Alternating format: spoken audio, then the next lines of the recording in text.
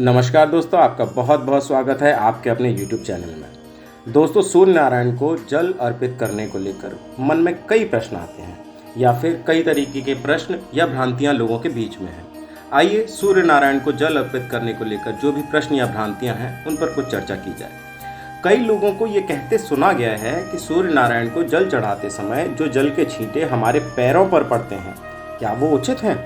या फिर सूर्य नारायण को जल चढ़ाने के लिए किस प्रकार के बर्तन का उपयोग होना चाहिए? जब सूर्य नारायण को जल चढ़ाएं तो आपके शरीर की मुद्रा कैसी होनी चाहिए? और सूर्य देवता को जल अर्पित करने के क्या क्या लाभ हो सकते हैं?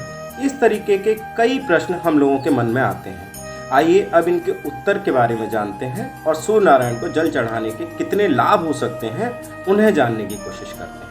आगे बढ़ने से पहले आप सभी से प्रार्थना है कि इस वीडियो को लाइक और चैनल को सब्सक्राइब जरूर कर लें।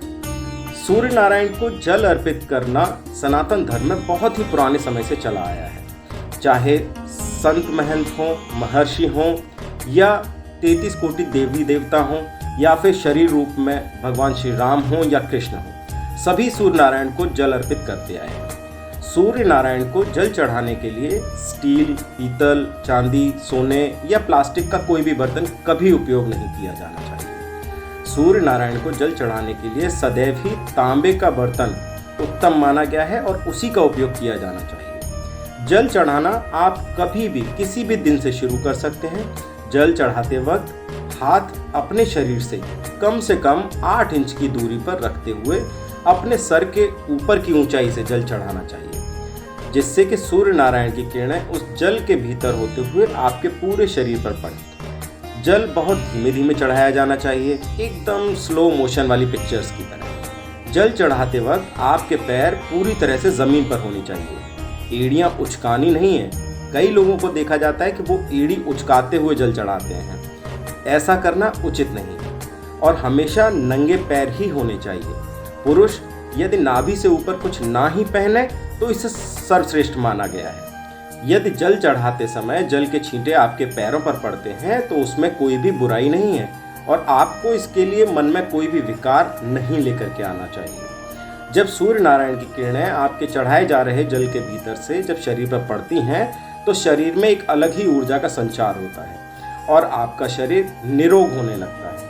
यदि किसी को कैंसर हो तो जल चढ़ाते वक्त कोशिश करें कि उस जल के भीतर से जो किरणें निकल रही हैं वे आपके कैंसर वाले स्थान पर पड़े तो कैसी भी गांठें क्यों न हो, सब खत्म होने लगती हैं और आप स्वस्थ होने लगते हैं। जिन बच्चों की नज़र कमज़ोर है और मोटे मोटे चश्मे चढ़े हुए हैं तो उन बच्चों से प्रतिदिन आप सूर्य नारायण को ऐसे ही जल चढ़वाएं। आप देखेंगे कि निरंतर लगभग 3 से 4 महीने जल चढ़ाने से उस बालक की नज़र या दृष्टि बढ़ने लगती है और धीमे धीमे कितना भी मोटा चश्मा क्यों न लगा हो वो हट जाता है।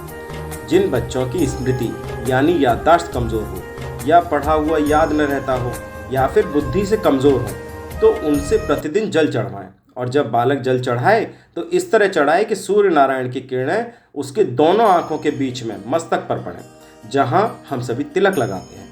कुछ समय के बाद आप देखेंगे कि उस बालक की बुद्धि और याददाश्त तेज होने लगी है और उसका पढ़ने में और भी ज़्यादा मन लगने लगेगा।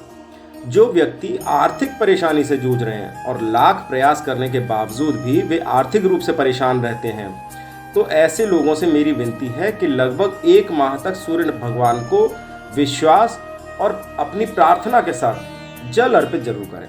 वे देखेंगे कि उनकी आर्थिक परेशानी दूर होने लगी है और उन्हें आर्थिक लाभ होने शुरू हो जाएंगे। और जब आपको ऐसा दिखेगा कि आपके आर्थिक लाभ होने शुरू हो गए तो आपका विश्वास और ज़्यादा प्रगाढ़ होगा और आप उसे निरंतर आगे भी अर्पित करते रहेंगे, जिससे कि सूर्य नारायण प्रसन्न रहें और आपकी आर्थिक परेशानियां समाप्त होने लगें। यदि आपके यहाँ पर घर की छत पर जाने की व्यवस्था नहीं है तो आप खिड़की से आती सूर्य की किरणों के समक्ष भी जल अर्पित कर सकते हैं। बस एक बड़ा बर्तन नीचे रख लें जिससे कि जल पूरे घर में ना बिखरे। आपको जानकर आश्चर्य होगा कि भगवान श्री राम ने खुद आदित्य हृदय स्तोत्र का पाठ किया था लंका युद्ध के समय, जो कि सूर्य नारायण का स्तोत्र या स्तुति कही जाती है। आदित्य हृदय स्तोत्र के ऊपर एक विस्तृत वीडियो जल्दी ही मैं आप सभी के समक्ष लेकर के आऊँगा, जिससे कि आप भी उसका पुण्य लाभ जान सकें और ले सकें।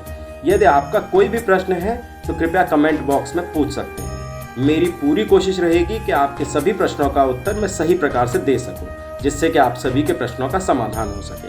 आप सभी भगवान के प्रेमी जनों से मेरी प्रार्थना है कि इस चैनल को सब्सक्राइब करके और वीडियो को लाइक करके अपना प्रेम दिखाएं, जिससे कि मुझे भी मोटिवेशन मिलती रहे और मैं आपके लिए ऐसे वीडियोस लेकर के आता रहूं। तब तक के लिए आप सभी को जय श्री राम।